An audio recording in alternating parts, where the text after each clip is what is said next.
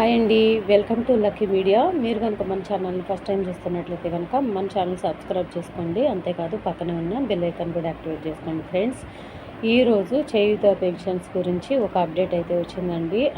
వాటి గురించి పూర్తి వివరాలు మీకైతే చూపిస్తాను. వీడియో ఎక్కడ కూడా స్కిప్ చేయకుండా దయచేసి లాస్ట్ వరకు చూడండి. అప్పుడైతేనే నేనేం చెప్పాను అనేది కూడా క్లారిటీగా అర్థమవుతుంది మీకు. రాష్ట్రంలో చేయూత సామాజిక పింఛన్ల కింద 2024-25 ఆర్థిక సంవత్సరంలో లబ్ధిదారులకు మొత్తం 10,05,14,032 కోట్లు, మార్చిలో చెల్లించాల్సిన రూపాయలు 982.20 కోట్లు కలిపి అందజేసినట్లు సామాజిక ఆర్థిక సర్వే 2024-25లో ప్రభుత్వం తెలిపింది. 2024-25 బడ్జెట్లో ఈ పెన్షన్ల కోసం 14,628.91 కోట్లు కేటాయించిన విషయం తెలిసిందే.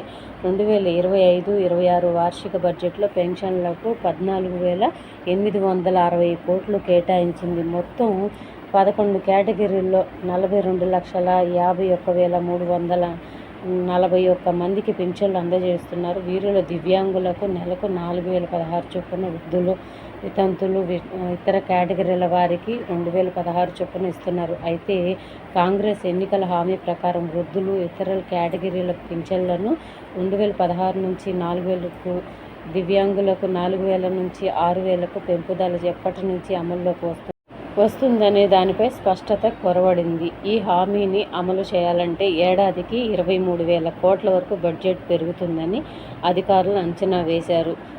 సో చూశారు కదండి, పెన్షన్ల పెంపు కోసం మనకు కావాల్సింది మొత్తం 23,000 కోట్లు అంటండి కావాల్సింది. కానీ మనకు మాత్రం కేటాయించింది ఈ పెన్షన్ల పెంపు కోసం 14,861 కోట్లు మాత్రమే ఇచ్చారు.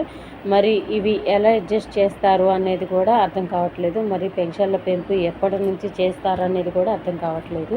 ఇంకా డేట్ కూడా అనౌన్స్ చేయలేదు. మరి ఎప్పటి నుంచి రిలీజ్ చేస్తారు అనేది కూడా ఇంకా స్పష్టత అయితే ఇవ్వట్లేదు అధికారులు. కానీ ఈ పెన్షన్ల పెంపు మాత్రం జరుగుతుందన్న విషయం తెలిసిందే మనకి. ఆల్రెడీ సీతక్క గారు కూడా చెప్పారు కాబట్టి. కానీ కొత్త పెన్షన్ల మీద ఒక క్లారిటీ అనేది ఇవ్వట్లేదండి. అంటే కొత్త వాళ్ళకి ఎవరైతే కొత్తగా అప్లై చేసుకున్నారో ఇంకా కొత్త పెన్షన్ల కోసం వారి మీద అయితే ఇంకా క్లారిటీ అసలే ఇవ్వలేదు.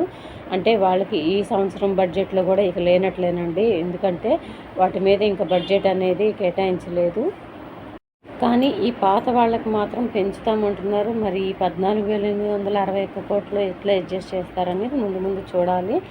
కాకపోతే ఈ పెన్షన్ల పెంపు కోసం అయితే బడ్జెట్ అయితే ఇచ్చేసారండి. వీటి కోసమే ఇచ్చినట్టు తెలుస్తుంది, పెన్షన్ల పెంపు కోసం.